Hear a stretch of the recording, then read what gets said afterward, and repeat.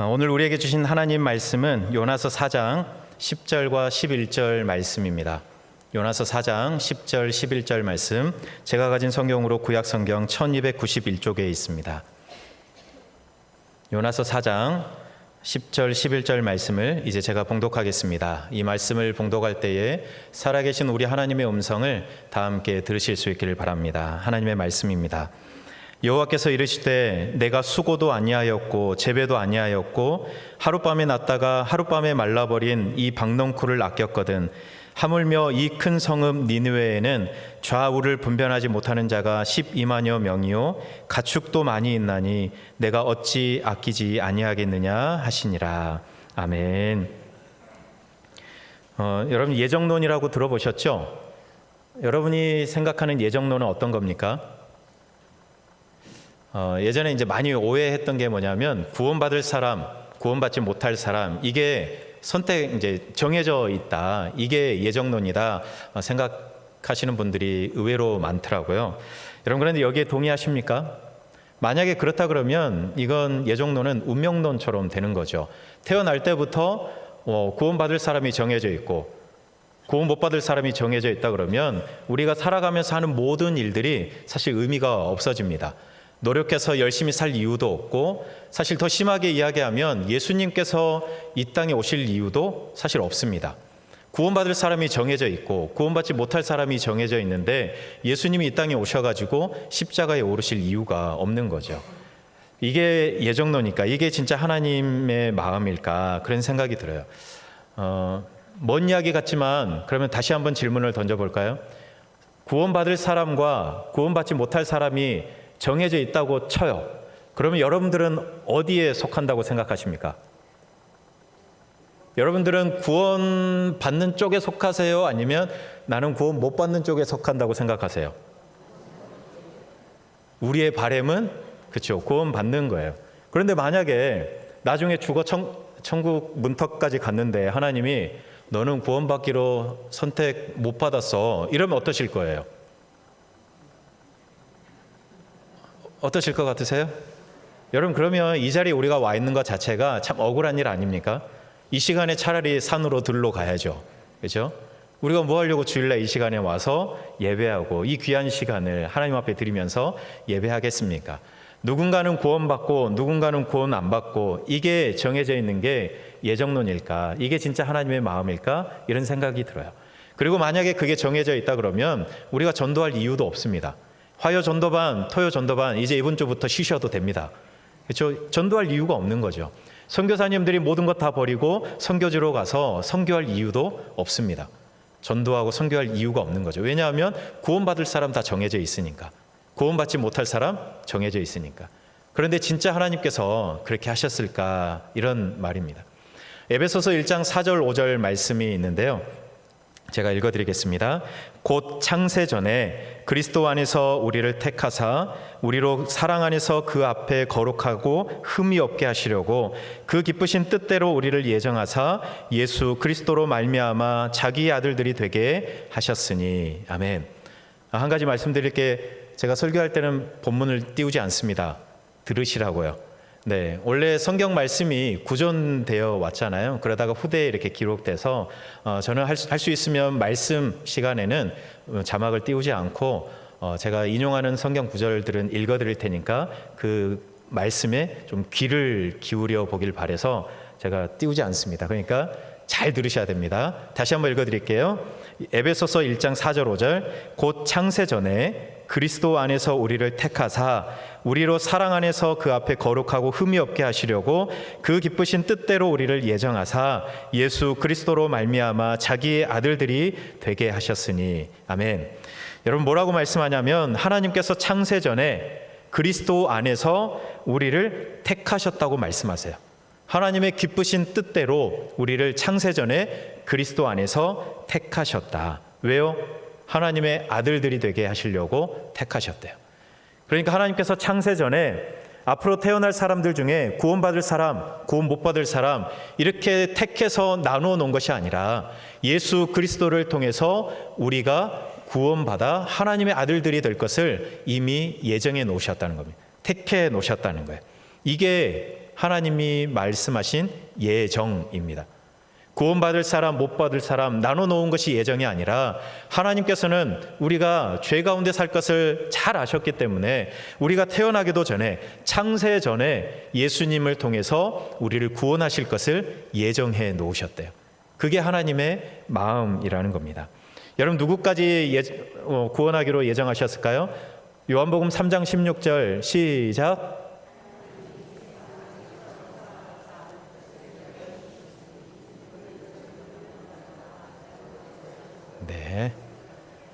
네. 하시는 분도 있고 못 하시는 분도 있고, 머릿속에는 도는데 입으로 안 나오시는 분도 있고, 그죠? 여러분, 하나님께서 누구를 구원하시려고요? 누구를 사랑하셔서? 세상을 사랑하셔서, 선택된 사람들만 사랑하셔서 구원하시는 게 아니라 세상에 있는 모든 사람들을 사랑하셔서 구원하시려고 창세전부터 예수님을 보낼 준비를 하셨대요. 그러니까 십자가는 하나님이 사랑하시는 선택된 사람들만을 위해서 예수님이 오르신 것이 아닙니다. 세상에 있는 모든 사람들을 우리 하나님이 사랑하셔서 예수님이 그 마음 담아 이 땅에 오셨고 오르신 십자가, 그게 십자가의 사랑입니다. 여러분, 이게 하나님의 예정이에요. 구원받을 사람, 구원 못 받을 사람 이렇게 편갈라 놓은 게 아니라 이 세상에 있는 모든 사람들을 사랑하셔서 그 모든 사람들을 구원하길 원하시는 그 마음이 우리 하나님의 마음, 하나님의 예정이라는 겁니다. 여러분, 그런데 오늘 우리가 읽었던 이 말씀의 주인공이 누구죠? 요나입니다. 선택과 그렇지 않은 것으로 생각하는 것, 이게 어쩌면 유대인들이 가졌던 선민 사상과 비슷한데 오늘 요나도 이런 생각을 가지고 있던 사람 중에 하나였습니다. 여러분, 요나는 하나님의 선지자였고 하나님을 가까이 했던 사람이었어요. 그럼에도 불구하고 요나도 다른 유대인들과 같이 아브라함의 후손들만 구원받는다, 이런 생각이 굉장히 컸던 사람이 바로 요나였습니다. 여러분, 그래서 하나님의 말씀에 늘 순종하고 그렇게 살아갔지만 니느웨에 가서 하나님의 말씀을 심판을 전하라, 이 말을 듣고 요나가 하나님께 반항을 합니다. 요나서가 3장으로 끝났으면 참 은혜로웠을 거예요. 왜냐하면 니느웨가 하나님의 말씀을 듣고 회개하고 하나님이 용서하시는 곳으로 끝나니까 참 그걸로 끝나면 좋았을 텐데 4장까지 가요. 요나가 화를 내고 하나님 앞에 막 대들고 하나님과 요나의 대화가 나오는 4장으로 끝나는 거죠. 그러니까 이걸 보면 요나서의 주제가, 하나님께서 요나서를 기록한 이유는 그거는 니느웨의 회개와 용서가 아니라는 것이죠. 니느웨가 회개하고 용서하는 이 일을 통해서 요나에게, 그리고 우리에게 하나님께서 말씀하고 싶은 것이 따로 계셨던 것 같아요. 여러분, 4장을 보면 요나가 처음부터 화를 내거든요. 성을 내면서 막 하나님 앞에 화를 냅니다. 동료한테 화낸 게 아니라, 가족한테 화낸 게 아니라 하나님에게 화를 내는 장면으로 시작하고 있습니다. 왜 화를 낼까요? 하나님께서 니느웨를 용서하신 것을 가지고 화를 냅니다. 너무 빨리 하나님 용서하셨어요 이러면서 요나가 하나님을 향해서 화를 냅니다. 그리고 2절을 보면 요나가 이미 하나님께서 자기를 보내실 때부터 니느웨를 용서하실 줄로 알았다고 그렇게 이야기합니다. 왜냐하면 요나가 경험했거든요. 하나님은 은혜로우시고 자비로우시고 노하기를 더디하시고 이런 하나님이라는 것을 이미 알고 있다는 거예요. 그러니까 자기를 하나님께서 보내시면서 니느웨의 심판을 말씀하셨지만, 그러나 하나님께서 나를 보내실 때는 저들을 용서하시려고 하는구나, 이런 생각이 컸다는 거예요. 그러니까 요나가 어떻게 했어요? 다시스로 도망간 겁니다. 하나님, 제가 하나님 용서하실 줄 알고 그때 도망간 거예요. 이러면서 하나님 앞에 막 화를 내면서 따져묻기 시작한 거예요. 여러분, 이게 화를 낼 일입니까? 하나님께서 니느웨를 용서하신 게 여러분 화를 낼 일인가요? 아니잖아요, 그죠? 아니에요. 근데 오늘 요나는 하나님을 향해서 화를 냅니다. 5절 가면 한술 더 떠서 니느웨 성이 이렇게 쫙 보이는 언덕 위를 올라갑니다. 거기에 자리를 쫙 깔고 앉아가지고 니느웨 성을 이렇게 내려다보는 거죠. 왜 내려다보고 있을까요? 지금은 하나님께서 니느웨를 용서했지만 이거 잠깐이다. 쟤네들이 지금 잠깐 정신이 이상해져서 회개했지만 이거 금방 돌아설 것이다. 그러면 그때 하나님께서 분명히 심판하실 텐데 내가 그거 지켜보고야 말겠다, 이런 심보로 멀리서 그 니느웨 성을 바라보면서 지켜보고 있었던 겁니다. 여러분, 요나 마음속에 이런 마음이었어요.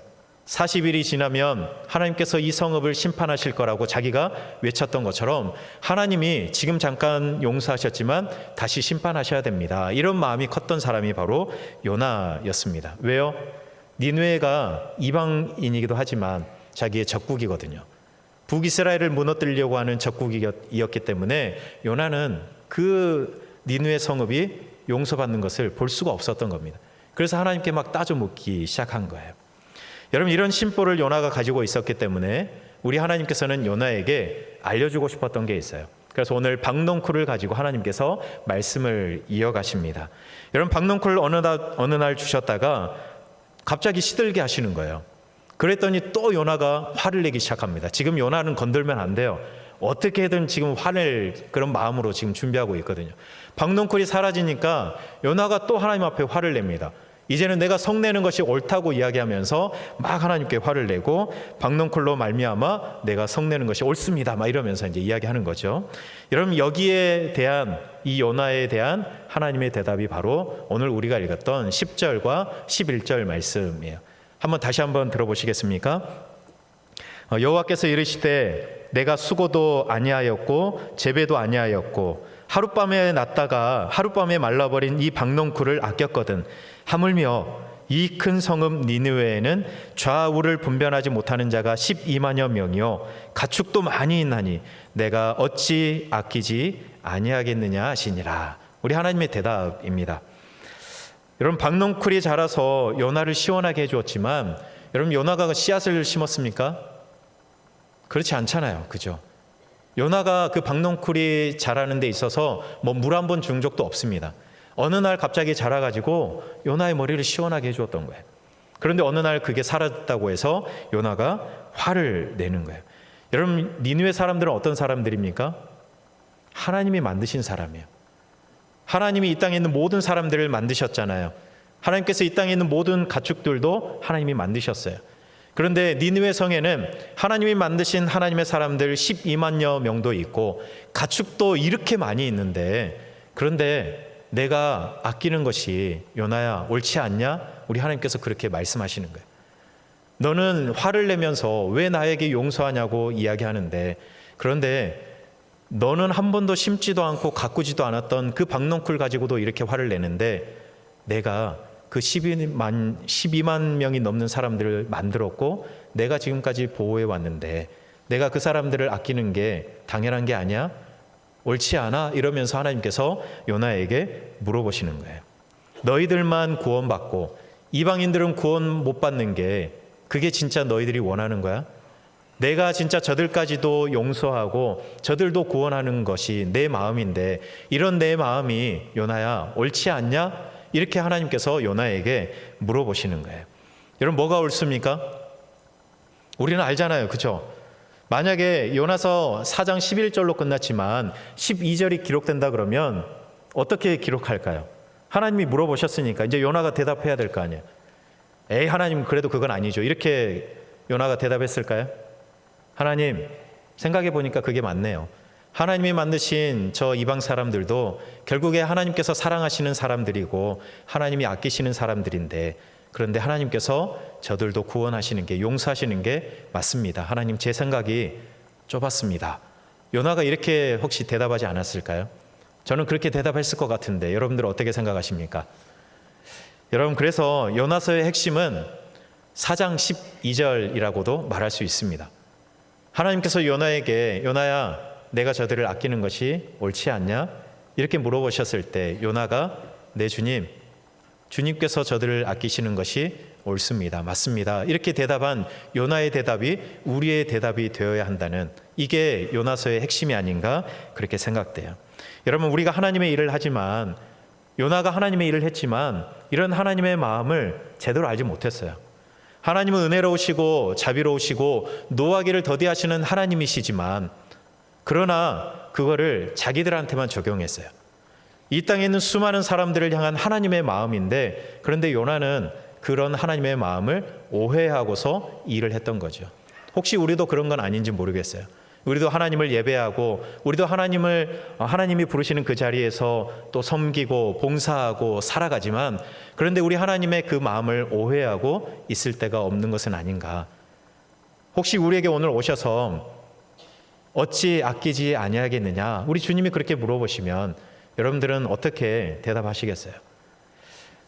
여러분, 요나와 같은 생각을 가지고 있었던 사람이 신약 시대에도 있었거든요. 사도행전 10장을 가면 베드로가 그런 생각을 가지고 있었습니다. 욥바에 이제 베드로가 있을 때 가이사랴라는 곳에 고넬료라는 그 이달리아 군대 백부장이 있었는데 하나님께서 그 사람을 찾아갔습니다. 같은 시간에. 고넬료는 이방인이었습니다. 백부장, 군대 장관이었거든요. 그런데 이방인이었지만 그는 하나님을 경외하는 사람이었습니다. 온 집안의 사람들 다 모아가지고 하나님을 전심으로 예배하고 수많은 사람들을 또 구제하고 이런 일을 했던 사람이 바로 고넬료였습니다. 하나님을 항상 찾고 예배하고 기도했던 사람. 그런데 결정적으로 하나 이방인이었습니다. 이방인. 여러분, 그런데 그런 고넬료에게 하나님께서 욥바로 사람을 보내서 베드로를 청해라 이렇게 이야기해요. 베드로도 그 이튿날 기도할 때 시장에서 사람들이 이제 배가 고파서 사람들이 식사 준비를 할 때 베드로가 환상을 보게 되었습니다.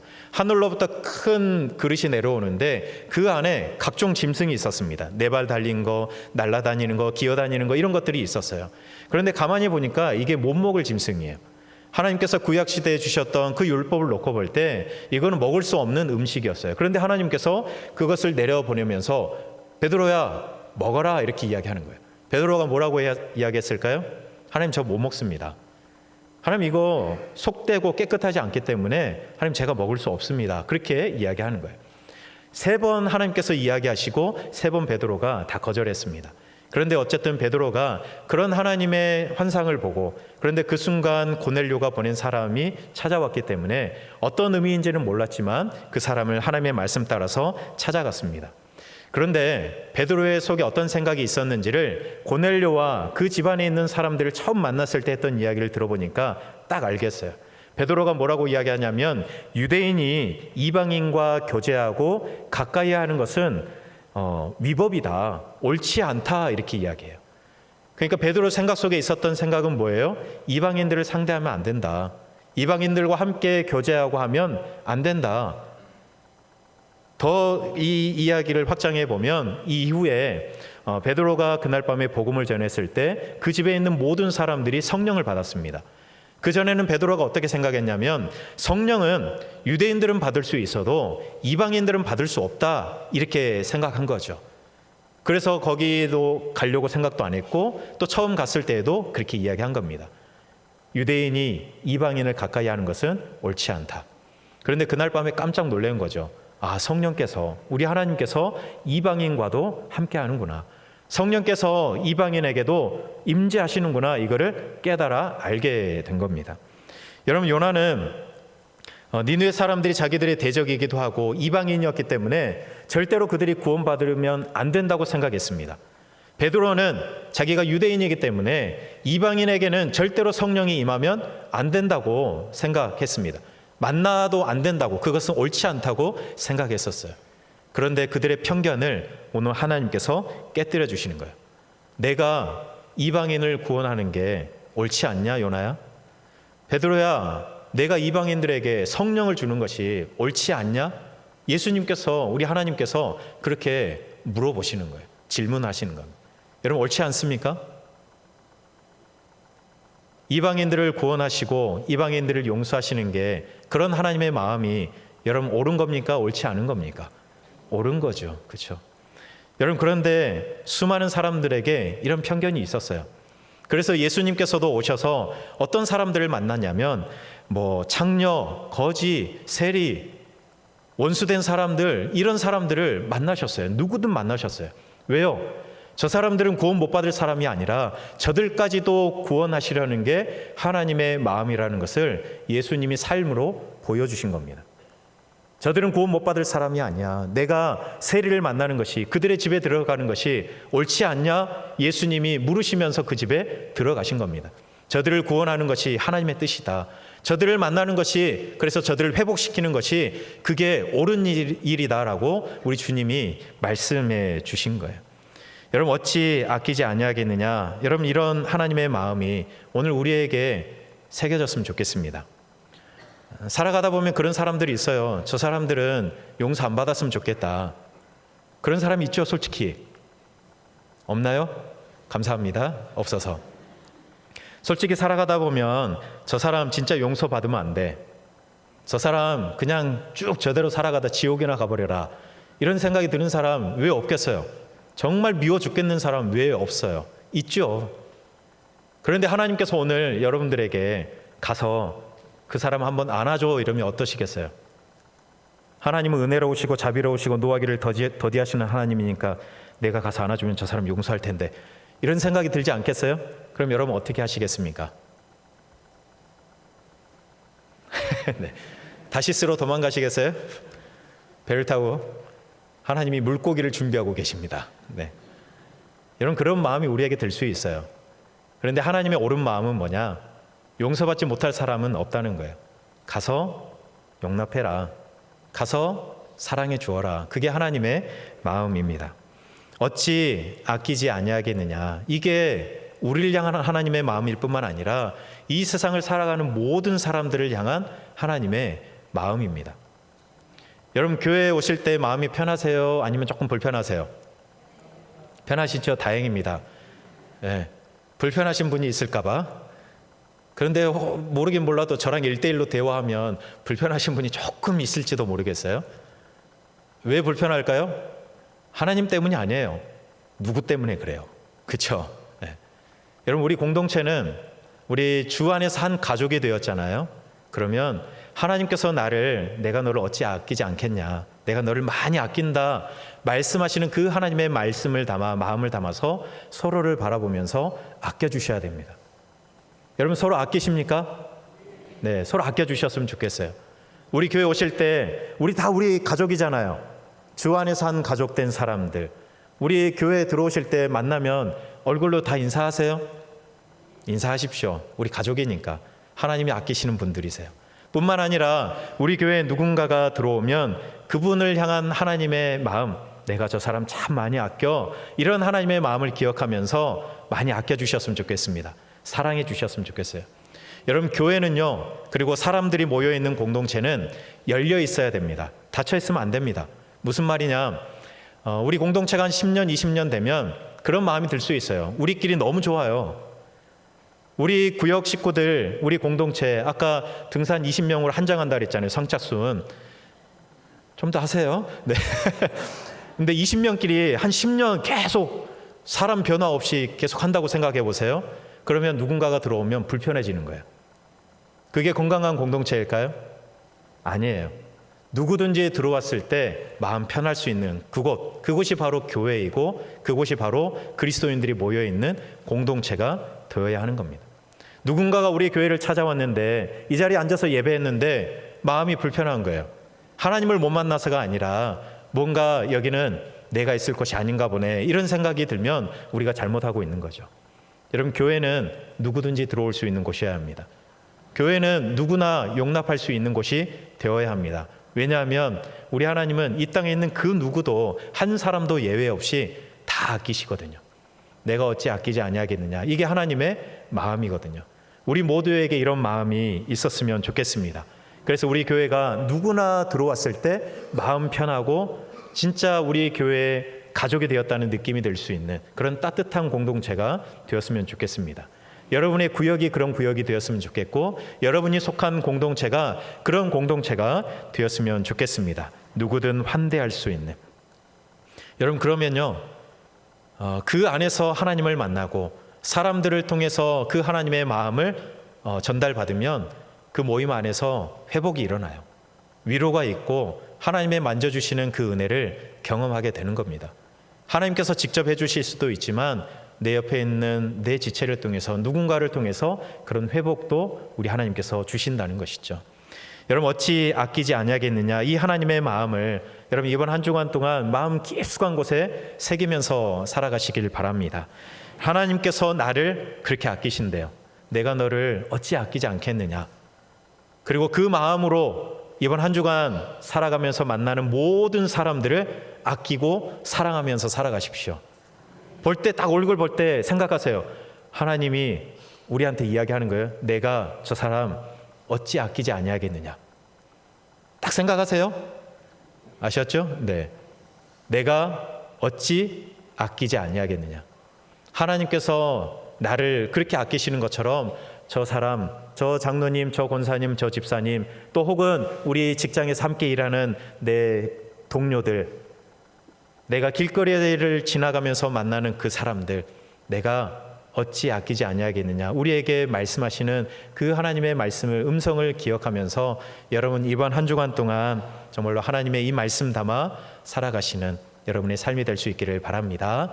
우리 함께 찬양할 건데, 우리 아까 마지막에 불렀던 찬양입니다. 하나님께서 우리에게 이렇게 말씀하시기에 우리도 하나님 앞에 그렇게 사랑을 고백하며 살아갔으면 좋겠습니다. 나의 사랑, 나의 사랑, 너는 어여쁘고 참 귀하다. 어느 보석보다 귀하다. 내가 사랑스럽지 않을 때 너를 온전히 사랑하고 너와 함께하려 내가 왔노라. 우리 하나님 앞에 이렇게 고백합시다. 주의 사랑, 주의 사랑, 이 사랑은 결코 변치 않아. 모든 계절 돌보시네. 푸른 마르고 꽃은 시드나 주의 말씀은 신실해. 실수가 없으시 주만. 우리 다시 한번 고백할까요? 주의 사랑, 주의 사랑, 이 사랑은 결코 변치 않아. 모든 계절 돌보시네. 푸른 마르고 꽃은 시드나 주의 말씀은 신실해. 실수가 없으시 주만 바라라. 주님의 나라와 주님의 나라와 뜻이 나의 삶 속에 임하시며 주님 알기를 주만 보기를 소망해.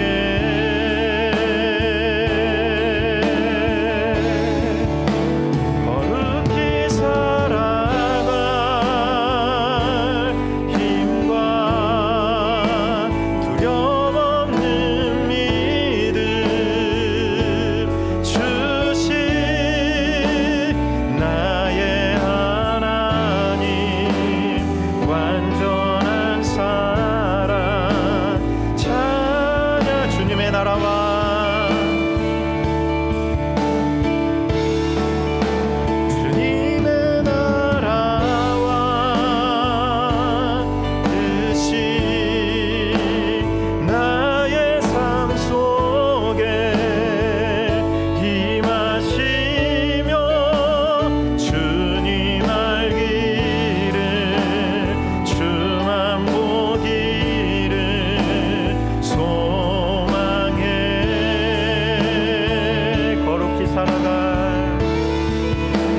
거룩히 살아갈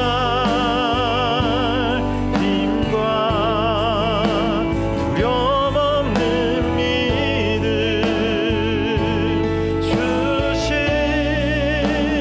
나의 하나님. 완전한 사랑 찬양해. 우리 시간 함께 기도하겠습니다. 내가 어찌 아끼지 아니하겠느냐.